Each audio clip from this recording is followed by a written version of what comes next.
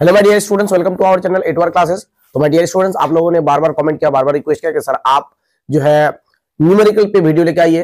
मैं आप लोगों के कमेंट और आप लोगों के रिक्वेस्ट के अकॉर्डिंग न्यूमेरिकल पे वीडियो लेके आ गया हूं। और एक इंपॉर्टेंट बात, अगर आप लोग क्लास 10 फिजिकल साइंस के न्यूमेरिकल्स लेना चाहते हैं, इंपॉर्टेंट न्यूमेरिकल्स, तो मैं आप लोगों को पीडीएफ में शेयर कर सकता हूँ, लेकिन आप लोगों को जो है कुछ पे करना पड़ेगा क्योंकि बहुत मेहनत लगी है। तो अगर आप पीडीएफ लेना चाहते हैं तो आप इस नंबर पे 8250832952 इस नंबर पे आप लोगों को क्या करना है, फोन पे या गूगल पे करना है। सिर्फ 15 रुपए आप लोगों को क्या करना है, फोन पे या गूगल पे करना है। क्लास 10 फिजिकल साइंस के न्यूमेरिकल के पीडीएफ मिल जाएगा। अगर आपको लगता है कि आपके लिए न्यूमेरिकल जरूरी है तो आप ले सकते हैं, और अगर आपको लगता है कि नहीं जरूरी है, मैं खुद से कर सकता हूं, तो ऑफकोर्स आप खुद से कर सकते हैं। चलिए फिर आज की वीडियो को स्टार्ट करते हैं। तो देखिए, हमारे फर्स्ट जो न्यूमेरिकल है ये 2020 में आ चुका है। ठीक है, बहुत इंपॉर्टेंट न्यूमेरिकल है। और एक बात, बहुत से न्यूमेरिकल जो है रिपीट हुआ है, यानी रिपीटेशन देखने को मिला है। तो आप लोगों को जो है, मैं जो भी न्यूमेरिकल कराऊंगा इसको अच्छे से करना है। इसके रिलेटेड जो भी न्यूमेरिकल हो आपको उसको करना है। अगर आपसे ना हो तो आप लोग कमेंट बॉक्स में बस डाल देना आप लोगों को, मैं उसको सॉल्व करके भेज दूंगा आप लोगों को पीडीएफ में। ओके, तो क्वेश्चन देखिए, a fixed mass of gas occupies a volume of 273 centimeter cube at STP. At what pressure the above gas will occupy a volume of 300 centimeter cube at 27 degree Celsius. देखिए यहाँ पर क्या बोल रहा है कि फिक्स्ड मास ऑफ गैस। देखिए, कोई गैस है जिसका मास क्या है, फिक्स्ड है, ठीक है, और उसका वॉल्यूम कितना है, 273 centimetre cube. Okay, at STP, standard temperature and pressure पे। एट व्हाट प्रेशर, कितने प्रेशर पे, द अबव गैस, जो भी गैस दिया गया है वो gas will occupy a volume of 300 centimetre cube. कितने प्रेशर पे वही गैस जो दिया गया है, वही gas 300 centimetre cube volume occupy करेगा at 27 degree Celsius, 27 degree Celsius में। तो यहां पर हमारे पास टेम्परेचर है, हमारे पास वॉल्यूम है, और हमारे पास यहां पर देखिए क्या बोल रहा है, प्रेशर। एसटीपी बोल रहा है, स्टैंडर्ड टेम्परेचर प्रेशर, कितने प्रेशर पे, यानी कि तीन चीज यहां पर है, प्रेशर, टेम्परेचर और वॉल्यूम, ये तीन चीज को लेकर के है। तो देखिए, अगर बॉयल्स लॉ होता, बॉयल्स लॉ यानी बॉयल्स लॉ में बॉयल शब्द आया, बॉयल का मतलब उबालना यानी बॉइलिंग। तो बॉइलिंग के लिए क्या चाहिए, टेम्परेचर, यानी बॉयल्स लॉ में टेम्परेचर क्या है, कांस्टेंट है, साथ ही साथ मास। और चार्ल्स लॉ में क्या होता है, प्रेशर एंड मास।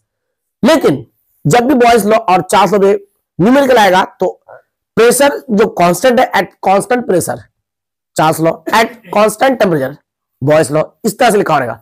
लेकिन यहां पर जो है वो चीज नहीं दिख रहा है, यानी कि यहां पर जो है ये जो न्यूमेरिकल है, इस न्यूमेरिकल को सॉल्व करने के लिए हम लोगों को ये फॉर्मूला को अप्लाई करना पड़ेगा, जहां पर प्रेशर भी है, वॉल्यूम भी है, टेम्परेचर भी है। ठीक है, और इस जो ये जो न्यूमेरिकल है, इस न्यूमेरिकल में भी प्रेशर, वॉल्यूम और टेम्परेचर की बात हो रही है। ठीक है, तो V1 यहां पर क्या हो जाएगा, क्वेश्चन के अकॉर्डिंग 273 सेंटीमीटर क्यूब, आप पढ़ के समझ गए होंगे। ठीक है, मैं भी आपको समझाया। और V2 कितना आ जाएगा, वॉल्यूम 2 300 सेंटीमीटर क्यूब। अच्छा, देखिए यहां पर स्टैंडर्ड टेम्परेचर एंड प्रेशर के बाद, स्टैंडर्ड टेम्परेचर एंड प्रेशर की बात चल रही है, यानी कि स्टैंडर्ड टेम्परेचर एंड प्रेशर पे क्या होता है, 273 सेंटीमीटर क्यूब वॉल्यूम होता है। यानी T1 कितना होगा, देखिए स्टैंडर्ड टेम्परेचर पे T1 कितना होगा, 273 केल्विन होगा। क्लियर है क्या? अच्छा, आगे क्या बोल रहा है कि एट व्हाट प्रेशर, कितने प्रेशर पे the above gas will occupy a volume of 300 centimetre cube at 27 degree. यानी कि T2 जो होगा वो क्या होगा, हमको टेम्परेचर केल्विन में लिखना है, ये बात भी आपको जानना है, टेम्परेचर किस में लिखना है, केल्विन में लिखना है। तो 27 डिग्री को क्या कर देंगे, 273 से क्या करेंगे, 273 से हम लोग प्लस कर देंगे। ठीक है, तो हो जाएगा हमारा कितना, 300 केल्विन। यानी T2 हमारा कितना हो जाएगा, 300 केल्विन हो जाएगा। ओके, और स्टैंडर्ड प्रेशर कितना होगा, 76 सेंटीमीटर Hg। ओके, Hg मतलब पारा यानी मर्क्यूरी। ओके, हमको क्या करना है, P2 हमको निकालना है, यानी कि प्रेशर, नेक्स्ट प्रेशर जो बाद में प्रेशर होंगे वो हमको निकालना है। तो हम लोग जानते हैं, we know P1 V1 by T1 is equal to P2 V2 by T2। Okay, अब यहां पर P1 और V1 की वैल्यू हम लोग को पुट करना है, और P2 तो निकालना है, V2 और देखिए P1 की वैल्यू बैठाना है, V1 की वैल्यू बैठाना है, V2 की वैल्यू बैठाना है, T1 की वैल्यू बैठाना है, T2 की वैल्यू बैठाना है। P2 की वैल्यू नहीं बैठा सकते क्योंकि उसको तो हमको निकालना है, तो पता ही नहीं है। तो P1 कितना है, 76, P1 कितना है 76, ओके। अच्छा, V1 कितना है 273 सेंटीमीटर क्यूब, तो यहाँ पर 273 76 इंटू 273 बैठ गया। T1 कितना है 273 केल्विन। ओके, स्टैंडर्ड टेम्परेचर पे प्रेशर, अगर स्टैंडर्ड टेम्परेचर में अगर T1 लिखेंगे तो वो कितना हो जाएगा, वो हो जाएगा हमारा 273 केल्विन, केल्विन स्केल में, ठीक है। और अगर प्रेशर लिखे तो प्रेशर कितना होगा 76 सेंटीमीटर Hg। ओके, तो P1 हो गया 76, V1 हो गया 273 और T1 हो गया 273। देख लीजिए T1 कितना 273। ओके, P2 इसको तो निकालना होगा। V2 कितना देख लीजिए, V2 है हमारा 300 सेंटीमीटर क्यूब, तो ये 300 बैठ गया। और T2 देखिए 300 केल्विन है, तो यहाँ पर 300 बैठ गया। अब ये 300 कैंसिल हो जाएगा, 273 कैंसिल हो जाएगा, तो P2 इक्वल टू क्या मिलेगा हम लोग को 76, यानी कि रिक्वायर्ड प्रेशर कितना होगा 76 सेंटीमीटर Hg। ये हो जाएगा हमारा क्या answer. Is it clear everybody?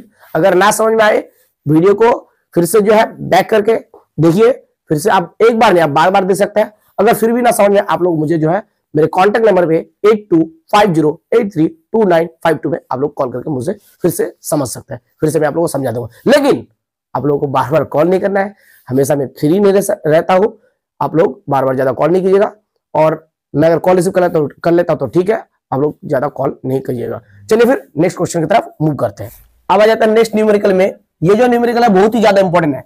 ये न्यूमेरिकल 2019-2020 यानी MP 2019 और MP 2020 दोनों एग्जाम में लगातार आया है, तो ये न्यूमेरिकल जो है बहुत ही ज्यादा इंपॉर्टेंट है। चलिए फिर स्टार्ट करते हैं। देखिए क्या है, two resistance R1 and R2 when connected separately to the potential difference, it was seen that the current flowing through R1 was 6 times the current flowing through R2। मतलब R1 से जो करंट फ्लो हो रहा है वो 6 गुना है, ज्यादा है। किससे? R2 से। दो रेजिस्टेंस है, ठीक है, जिसको कनेक्ट किया गया क्या separately to the potential difference से। तो देखा जा रहा है कि R1 रेजिस्टेंस से 6 गुना करंट क्या हो रहा है, ज्यादा फ्लो हो रहा है। Then the current flowing through R2 यानी R2 रेजिस्टेंस से जो करंट फ्लो हो रहा है R1 से कितना गुना ज्यादा हो रहा है, 6 गुना ज्यादा हो रहा है, ठीक है ना। Okay, determine the ratio of R1 and R2। तो हम लोग लिख सकते हैं let I current flows through R2। मान लेते हैं R2 से जो करंट फ्लो हो रहा है वो I है, R2 रेजिस्टेंस।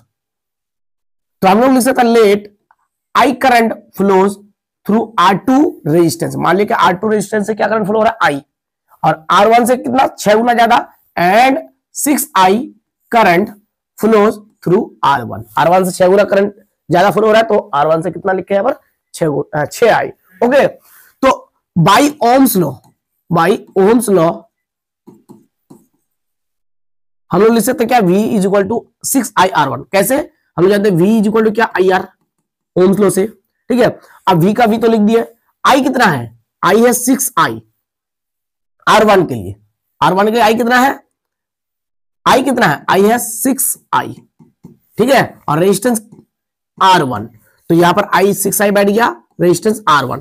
अगर यहां से V की वैल्यू R1 की वैल्यू निकाले हम लोग, R1 की वैल्यू, तो ये 6I कहां पे आ जाएगा, V के नीचे आ जाएगा 6I। तो यहां पर ये 6I क्या हो गया, नीचे आ गया। R1 की वैल्यू हो गया V बाई 6I। ओके, अच्छा, अब इसको हम लोग क्या मान लेंगे, इक्वेशन 1 मान लेंगे, ठीक है। इसी तरह से V इक्वल टू IR होता है, ठीक है। अब R2 रेजिस्टेंस से कितना करंट फ्लो हो रहा है, I करंट फ्लो हो रहा है, तो V equal to IR, R2 resistance से I करंट फ्लो हो रहा है, तो यहां पर I की जगह I ही रहेगा, और रेजिस्टेंस क्या है R2। ओके, तो V इक्वल टू R2 हो गया ओम्स लॉ के हिसाब से।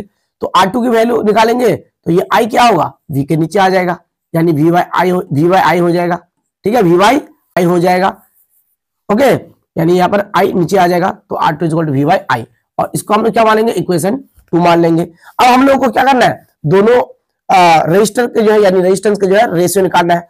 तो therefore the ratio of R1 and R2, R1 की वैल्यू देखिए V बाई 6I, और R2 की वैल्यू क्या है, V बाई I। तो रेशियो निकालेंगे तो क्या देना है, इस टू देना है।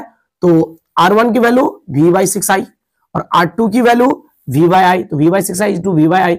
अब V क्या हो जाएगा, कैंसिल हो जाएगा, आई आई नीचे क्या हो जाएगा, कैंसिल हो जाएगा। तो इसका मतलब नीचे यहाँ पर क्या बचेगा 1/6 इज टू, यहाँ पर क्या 1/1, नीचे कुछ भी नहीं तो 1। अब हमको क्या करना है, तिरछा गुना करना है इधर से, ठीक है, पहले इधर से करना है हमेशा, ठीक है। तो 1 से 1 को गुना करेंगे तो क्या मिलेगा 1 मिलेगा, और अब इस इधर से करना है 6 से 1 को गुना करेंगे तो क्या होगा 6 1 6 होगा। तो इसका आंसर हो जाएगा 1:6। क्या हो जाएगा 1:6। उम्मीद है कि आप लोगों को समझ में आ गया होगा। अब आ जाइए नेक्स्ट न्यूमेरिकल में।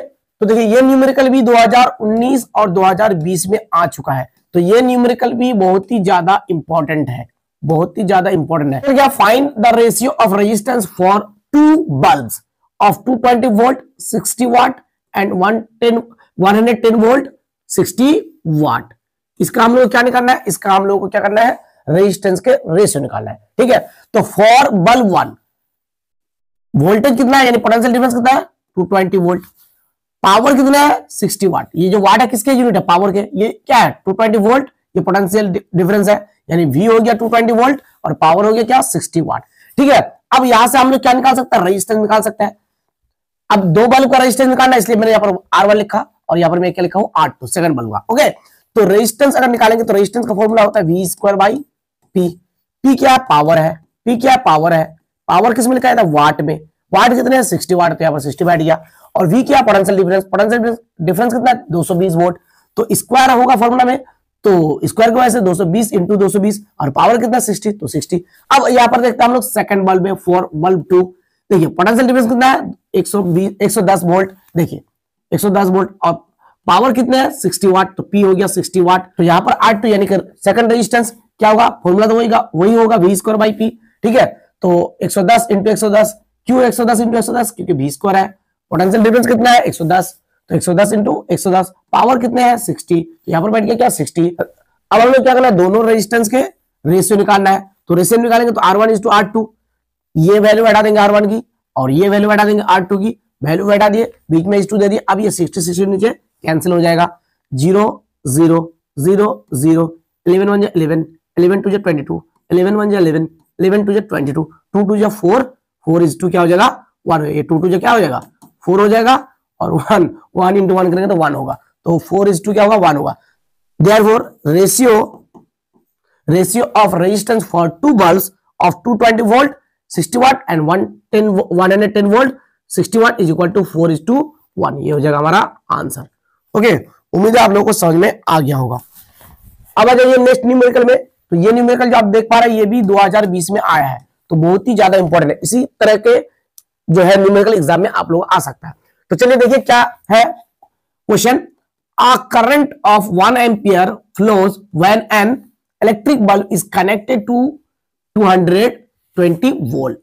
Means, okay, what would be the current when the same bulb is connected to 110 volt? Means, बोलता है कि 1 ampere current flows, 1 ampere current क्या होगा फ्लो हो रहा है जब एक इलेक्ट्रिक बल्ब को किससे जोड़ा जाता है, किससे कनेक्ट किया जाता है 220 वोल्ट वाले मेन से। अगर उसी सेम बल्ब को कनेक्ट किया जाता है 110 वोल्ट मेन से, तो हमको क्या करना है, हमको निकालना है कि कितना करंट फ्लो होगा। 220 वोल्ट से जब कनेक्ट करते हैं तो 1 एम्पियर करंट फ्लो होता है। अगर हम लोग 110 वोल्ट से क्या करेंगे, कनेक्ट करेंगे, तो कितना करंट फ्लो होगा ये हम लोग को निकालना है। तो देखिए करंट कितना है 1 एम्पियर गिवन दिया हुआ है, ठीक है, यहां पर हम लोग गिवन लिख सकते हैं। करंट कितना 1 एम्पियर, पोटेंशियल डिफरेंस कितना 220 वोल्ट। तो बाय ओम्स लॉ के according V is equal to IR, okay. तो अगर यहां पर R की वैल्यू निकाले तो ये I क्या होगा, नीचे आ जाएगा, V/I हो जाएगा। तो V/I हो गया। अब V कितना, V हमारा 220 वोल्ट है, तो V की जगह 220 बैठ गया। I कितना है, I हमारा 1 है, तो I की जगह पर क्या बैठ जाएगा 1 बैठ जाएगा, ओके। तो R इज इक्वल टू क्या हो जाएगा, R इज इक्वल टू 220 ओम होगा। ये तो 1 नीचे नहीं लिखना पड़ेगा ना, तो R इज इक्वल टू क्या हो जाएगा 220 ओम हो जाएगा, ओके। अब R है हमारा 220 ओम, पोटेंशियल डिफरेंस कितना 110 वोल्ट, ठीक है। हमको क्या करना है, करंट निकालना है। हम यहां पर R इसलिए निकाले क्योंकि हम लोग जानते हैं V इज इक्वल टू क्या होता है IR, ठीक है। हमको V पता होगा, R पता होगा, तब हम करंट निकाल सकते हैं। तो अब हम लोग को R पता हो गया, पहले R नहीं पता था, अब R पता हो गया, और V तो हम लोग को दिया हुआ कितना 110 वोल्ट, ठीक है। अब हम क्या निकाल सकते हैं, I निकाल सकते हैं। तो R है 220 वोल्ट अभी हम लोग निकाले हैं, और पोटेंशियल डिफरेंस कितना दिया है 110, I हमको निकालना है करंट। आई निकालेंगे तो v इक्वल क्या होता है, आई आर होता है कि नहीं होता है, होता है। तो अगर आई निकाले तो आई इक्वल क्या होगा, ये आर नीचे आ जाएगा यानी v बाई आर हो जाएगा, यानी ये हो जाएगा v बाई आर। ओके, तो I equal to v by आर। अब v कितना है, v है हमारा 110 वोल्ट, तो 110 यहां पर बैठ गया। और रेजिस्टेंस कितना है, रेजिस्टेंस कितनी है, रेजिस्टेंस है 220, तो 220 यहां पर बैठ गया। 0 0 क्या होगा, कैंसिल हो जाएगा। तो 0 0 अगर कैंसिल करेंगे तो ये कैंसिल हो जाने के बाद 11 1 11, 11 2 22। अब 1/2 को अगर डिवाइड करेंगे तो 0 पॉइंट क्या मिलेगा, 5 मिलेगा, यानी हमारा करंट कितना हो जाएगा, 0.5 एम्पियर। ओके, तो ये हो जाएगा हमारा क्या, करंट 0.5 एम्पियर, ये होगा हमारा आंसर। ओके, अब आ जाइए नेक्स्ट न्यूमेरिकल में। तो देखिए क्या है यहाँ पर, calculate the equivalent resistance when a wire of resistance 10 ohm is divided into two equal parts and connected in parallel combination। देखिए यहाँ पर क्या बोल रहा है कि calculate the equivalent resistance, equivalent resistance हम लोग कैलकुलेट करना when a wire of resistance 10 ओम, एक वायर है जिसका रेजिस्टेंस कितना है, 10 ओम है, इज डिवाइडेड, उसको डिवाइड किया जाता है इन टू इक्वल पार्ट्स, दो इक्वल पार्ट्स में। ठीक है, तो 10 ओम है, अगर टू इक्वल पार्ट्स में डिवाइड किया जाए तो 5 ओम करके होगा।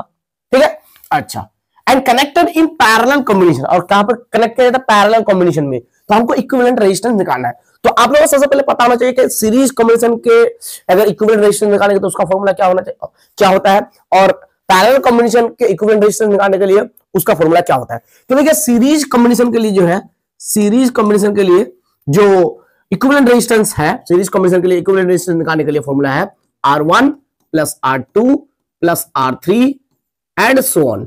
ओके, लेकिन अगर पैरेलल कॉम्बिनेशन हो तो उसका इक्विवेलेंट रेजिस्टेंस निकालने के लिए फॉर्मूला क्या होगा, 1/R is equal to 1/R1 plus 1/R2 plus 1/R3 and so on. Okay, अगर 4-5 रजिस्टर हो तो 1/R4, 5 हो तो 1/R5। ओके, तो ये फॉर्मूला से क्या निकलेगा, पैरेलल कॉम्बिनेशन के इक्विवेलेंट रेजिस्टेंस, और इस फॉर्मूला से क्या मिलेगा, सीरीज कॉम्बिनेशन के इक्विवेलेंट रेजिस्टेंस। तो यहां पर पैरेलल कॉम्बिनेशन की बात कर रही है, और ये जो क्वेश्चन है ये बहुत ही ज्यादा इंपॉर्टेंट है, ये माध्यमिक 2018 में, ओके, बहुत ही ज्यादा इंपॉर्टेंट है। तो देखिए हम लोग गिवन में लिख सकते हैं रेजिस्टेंस इक्वल टू 10 ओम, क्योंकि रेजिस्टेंस कितना दिया हुआ है, 10 ओम है। ओके, नाउ डिवाइड, यहाँ पे ई होगा, now divide it, R1 is equal to 5 ohm, R2 is equal to 5 ohm. देखिए 2 इक्वल पार्ट्स में डिवाइड किया जाता है, तो मैंने पहले ही बोला कि अगर 10 ओम है तो 2 हिस्सों में बांटा जाए, अगर 2 इक्वल पार्ट्स में डिवाइड किया जाए तो 5 ओम करके होगा। तो R1 5 ohm and R2 5 ohm. Okay, we know parallel combination का इक्विवेलेंट रेजिस्टेंस निकालना है, तो पैरेलल में क्या था, 1/R is equal to 1/R1 plus 1/R2। ठीक है, तो यहां पर जो है दो ही रजिस्टर है, दो ही रेजिस्टेंस है, तो 1/R1 प्लस 1/R2। अब ये R1 की वैल्यू कितनी है, R1 की वैल्यू 5 ओम, तो यहां पर 5 बैठ गया। R2 की वैल्यू कितनी है, R2 की वैल्यू है 5 ओम, देखिए तो यहां पर भी क्या बैठ गया, 5 बैठ गया, दोनों जगह 5 बैठ गया। ओके, तो अब 1/R इज इक्वल टू, देखिए 1/5 प्लस 1/5 क्या हो जाएगा, 2/5 हो जाएगा। ओके, हम लोग 5 और 5 ये दोनों का एलसीएम लेकर के भी हम लोग डिनोमिनेटर का एलसीएम लेकर भी कर सकते हैं, तो 1/5 प्लस 1/5 2/5 हो जाएगा। ओके, तो अब अगर हम लोग क्रॉस मल्टीप्लिकेशन करें तो इधर से इधर और इधर से इधर, तो 2 और R को गुणा करेंगे तो 2R, इधर से 5 1 जा 5 हो जाएगा। ओके, अच्छा, ओके, अब R इक्वल क्या हो जाएगा, 5/2 हो जाएगा। अगर 5 को 2 से डिवाइड करेंगे तो 2.5 मिलेगा। ओके, तो इसका मतलब इक्विवेलेंट रेजिस्टेंस क्या हो जाएगा, इक्विवेलेंट रेजिस्टेंस हो जाएगा 2.5 ओम।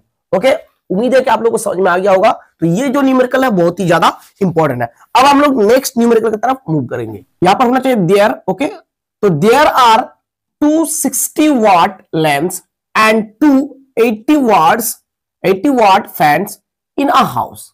The lamps and fans run 5 hours daily.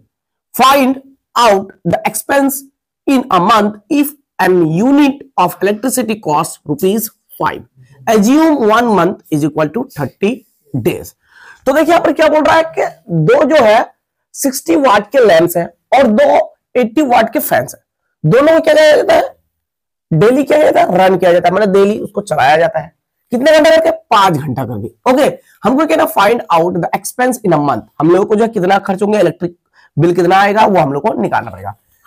Find out the expense in a month if an unit of electricity cost ₹4। मतलब 1 यूनिट इलेक्ट्रिसिटी का कॉस्ट है 4 रुपए, तो 1 महीना का कितना खर्च होगा वो हम लोग को निकालना है। Assume 1 month is equal to 30 days, 1 महीना हम लोग को 30 दिन का मानना है।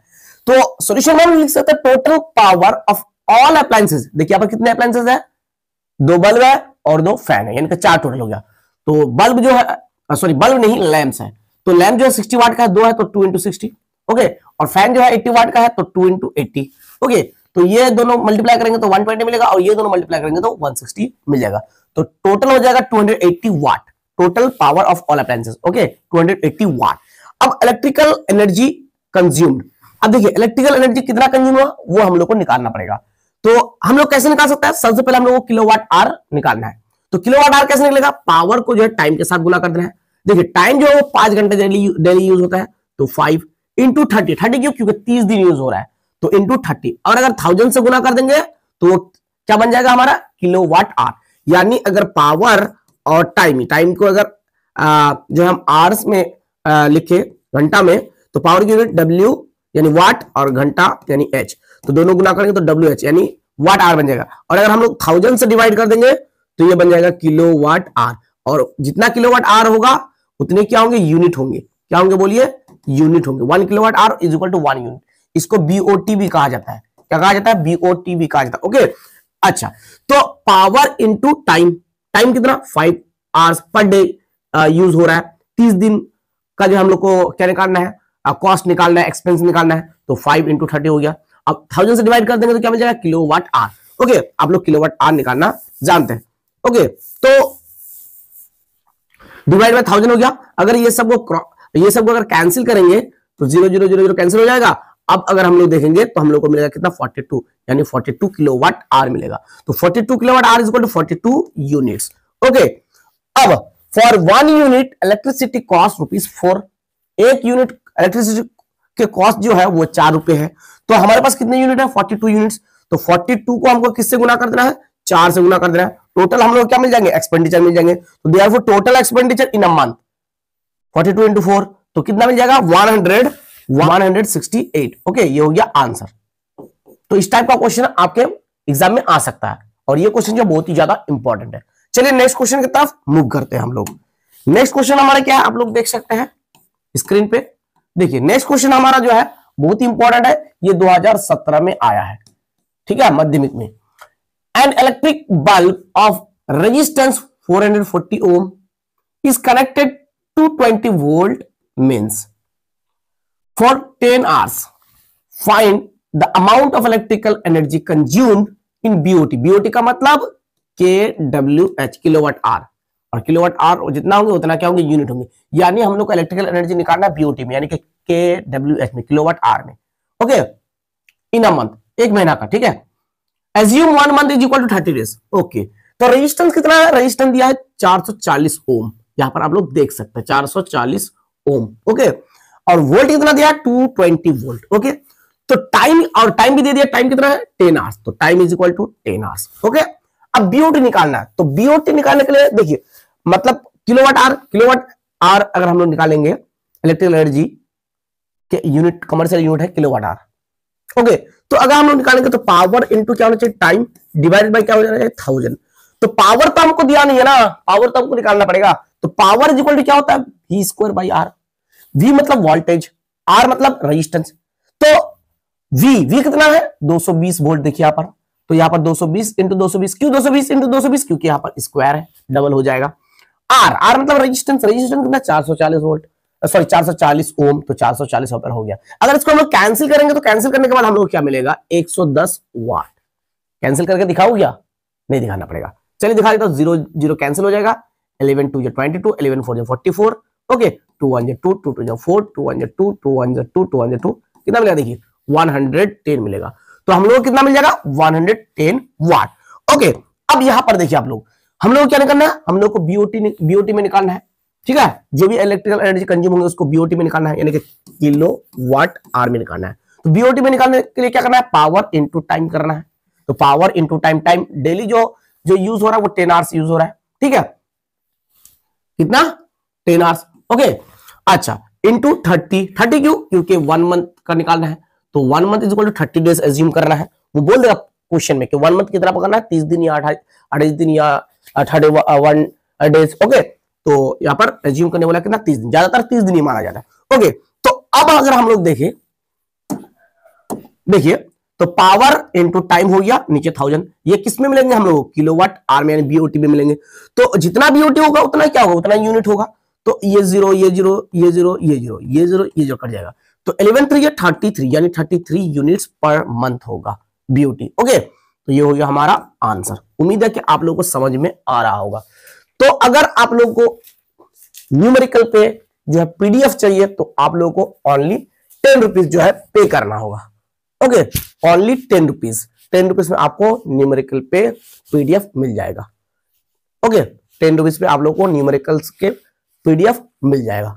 आपको जो है 8250832952 इस नंबर पे ओनली कितने, 10 रुपए, 10 रुपए फोन पे या गूगल पे या किसी तरह से आपको पेटीएम वगैरह करके आपको उसका स्क्रीनशॉट लेकर के व्हाट्सएप करना है इस नंबर पे, आपको जो है पीडीएफ मिल जाएगा। चलिए फिर हम लोग नेक्स्ट क्वेश्चन की तरफ मूव करते हैं। बहुत ही इंपॉर्टेंट न्यूमेरिकल जो कि 2017 में आ चुका है।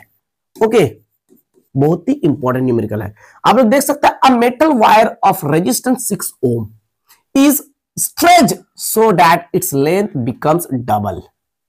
देखिए मेटल वायर उसको स्ट्रेच किया जाता है, खींचा जाता है, तो उसका लेंथ क्या हो जा रहा है, डबल हो जा रहा है। ठीक है, और उस मेटल वायर के जो रेजिस्टेंस है वो 6 ओम है। तो देखिए अगर खींच के लंबा कर दिया जाए तो रेजिस्टेंस क्या हो जाएंगे, बढ़ जाएंगे। ठीक है, लेंथ ज्यादा होने से रेजिस्टेंस क्या होंगे, इंक्रीज होंगे। ओके, तो 6 ओम का वायर है उसको खींचा जा रहा है और लेंथ डबल हो जाता है। ठीक है, ऑफ इट्स ओरिजिनल लेंथ, पहले वाले लेंथ से डबल हो जाता है। ठीक है, what would be the final resistance, final resistance क्या होंगे वो हमको निकालना है। देखिए वी नो, हम लोग क्या जानते हैं, रेजिस्टेंस और लेंथ ये दोनों के बीच में डायरेक्ट रिलेशन है। ओके, तो आर अगर एल लेंथ बढ़ाए तो क्या होंगे, रेजिस्टेंस बढ़ेंगे। अगर हम लोग लेंथ को और भी बढ़ा दे तो रेजिस्टेंस और ही बढ़ेंगे।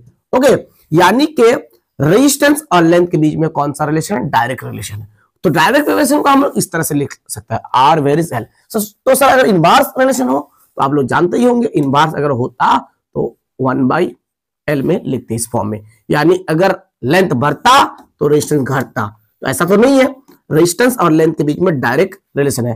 ठीक है, रेजिस्टेंस और लेंथ डायरेक्ट प्रोपोर्शनल में, इसीलिए यहां पर हम लोग क्या लिखे हैं, आर वेरीज एल। ओके, तो अगर आर इज इक्वल टू, देखिए ये प्रोपोर्शनलिटी साइन को अगर हटाना चाहे तो इक्वल टू साथ एक कांस्टेंट लेना पड़ेगा। ठीक है, तो इक्वल टू आर क्या ले लिया, कांस्टेंट। ये क्या है, प्रोपोर्शनलिटी कांस्टेंट। तो आर इज इक्वल टू के इंटू एल, और ये प्रोपोर्शनलिटी कांस्टेंट जो लेंगे ये इसके साथ क्या होगा, गुना होगा, तो के इंटू एल हो गया। अब अगर के की वैल्यू निकाले तो ये एल जो है आर के नीचे आ जाएगा, तो R by L is equal to K हो जाएगा। और ये के क्या है, ये के है कांस्टेंट, तो R by L is equal to क्या हो गया, कांस्टेंट हो गया। ठीक है, अब अगर हम आर की वैल्यू मान लिया कुछ भी करें, ठीक है, आर बाय एल क्या होता है, कांस्टेंट होता है।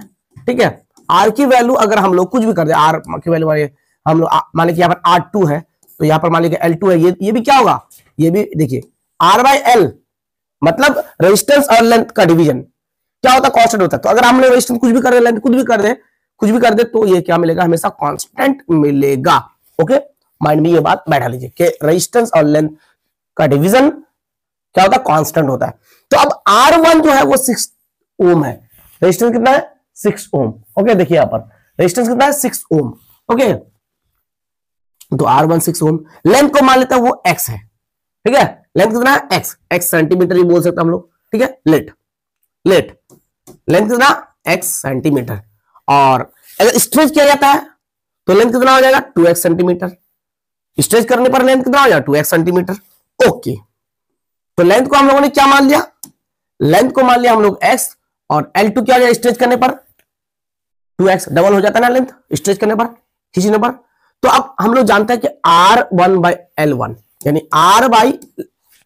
यानी रेजिस्टेंस बाय लेंथ क्या होता है, कांस्टेंट होता है। अगर हम R की वैल्यू ये मान लिया R1 है, L1 है, अब मैं R2 लिया, मैं L2 लिया, तो ये दोनों क्या होगा, हमेशा कांस्टेंट होगा, ये भी कांस्टेंट होंगे और ये भी कांस्टेंट होंगे। तो हम कह सकते हैं ना कि ये दोनों जो है बराबर है R1/L1 is equal to R2/L2। तो इसी तरह से R1/L1 is equal to R2/L2, क्योंकि इसकी वैल्यू भी कांस्टेंट और इसकी वैल्यू भी कांस्टेंट, तो ये दोनों क्या होंगे, इक्वल होंगे। ठीक है, ये दोनों क्या होंगे, इक्वल होंगे। ओके, तो अब हम लोग क्या करेंगे, आर की वैल्यू, R1 की वैल्यू पुट करेंगे। R1 कितना है 6 ओम है, तो 6 बैठ गया यहाँ पर। L1 कितना है, x है। ओके, और L2 जो है वो 2x है। L2 कितना है, देखिए यहाँ पर L2 जो है वो 2x है, L1 जो है वो x है। ओके, तो बैठ गया। R2 हमको क्या करना है, निकालना है। ओके, R2 हम लोग निकालना है। तो अब यहाँ पर नीचे x कैंसिल हो जाएगा, ठीक है, और R2 के साथ यहाँ पर कुछ भी नहीं है, तो इसका मतलब नीचे 1 बचा। तो R2 के साथ 1 को गुना तो R2 होगा, 6 के साथ 2 को गुना तो 6 2 12, यानी R2 कितना हो गया 12। यानी कि जो रेजिस्टेंस होगा वो हमारा हो जाएगा 12 ओम। ये होगा आंसर। क्लियर? अगर कोई भी डाउट हो तो आप लोग जो है पूछ सकते हैं, कमेंट सेक्शन में बोलिए, या आप जो है मेरे कॉन्टेक्ट नंबर पे कॉल करके पूछ सकते हैं, ठीक है। और कोई भी अगर न्यूमेरिकल आपको प्रॉब्लम करता है तो आप कमेंट सेक्शन में डाल दीजिए, मैं इसको सॉल्व करके आप लोगों को जरूर भेजूंगा। ओके।